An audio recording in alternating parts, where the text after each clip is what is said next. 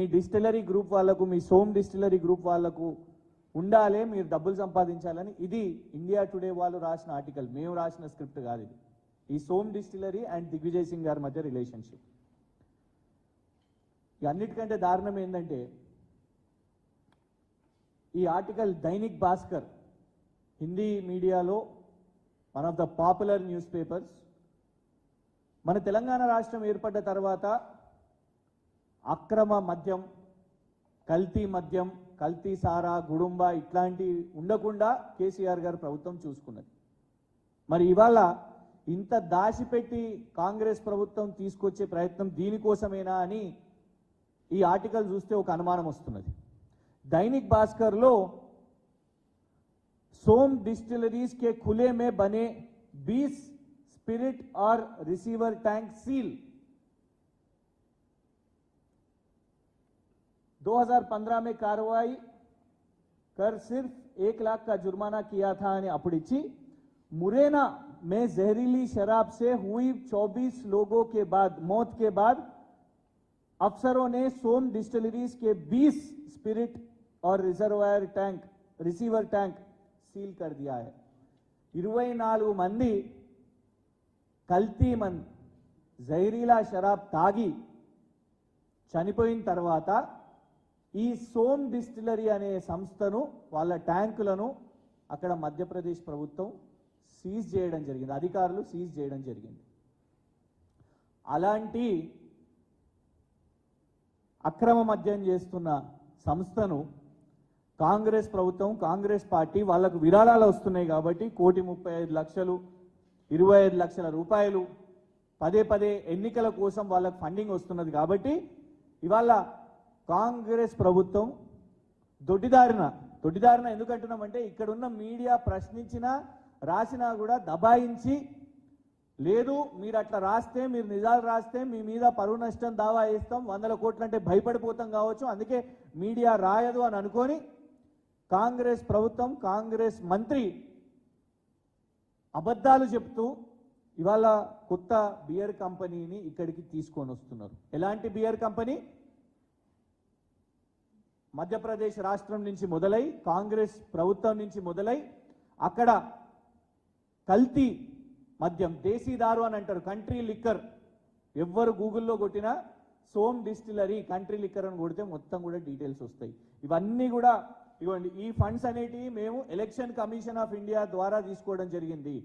Election commission of India వెబ్సైట్లో వెళ్తే ప్రతి సంవత్సరం ఈ మందు అమ్మే, ఈ బియర్ అమ్మే కంపెనీ ఎన్ని రూపాయలు కాంగ్రెస్ పార్టీకి ఇచ్చింది అని స్పష్టంగా మీకు కనబడుతుంది. ఇది కాంగ్రెస్ పార్టీకి చాలా దగ్గరగా ఉన్న పత్రిక వైర్ అనే సంస్థ. వైర్ అనే సంస్థ వాళ్ళు కూడా రాసిన హెడ్డింగ్ చూడండి మీరు. CCI raids associate alcohols Som distilleries.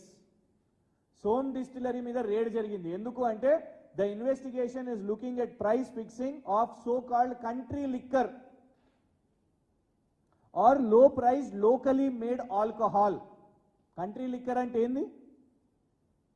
అది మళ్ళా తెలంగాణ రాష్ట్రంలో ఇవాళ కాంగ్రెస్ ప్రభుత్వం తీసుకురావాలనే ప్రయత్నం చేస్తున్నది.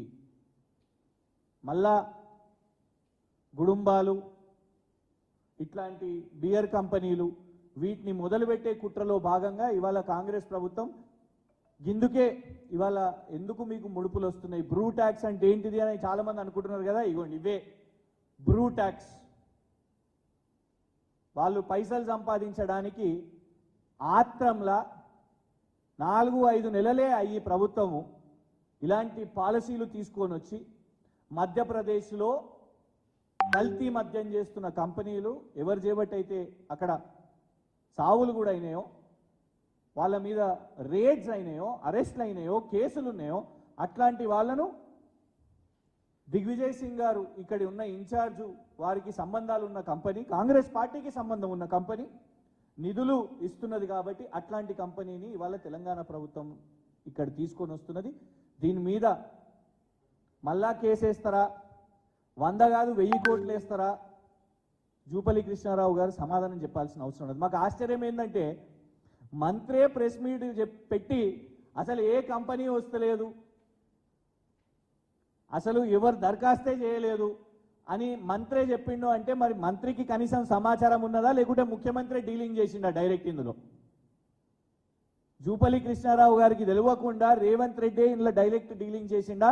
ఖచ్చితంగా జూపల్లి కృష్ణారావు గారు సమాధానం చెప్పాలి, ముఖ్యమంత్రి గారు సమాధానం చెప్పాల్సిన అవసరం లేదు. ఎందుకంటే ఓపెన్ గా నేషనల్ స్టాక్ ఎక్స్చేంజ్ కూడా తెలిసిపోయింది సోమ్ డిస్టిలరీకి ఇక్కడ బీర్ అమ్ముకునే కాంట్రాక్టు తెలంగాణ ప్రభుత్వం ఇచ్చింది వాళ్ళ వ్యాపారం ఇక్కడ చేసుకోవడానికి.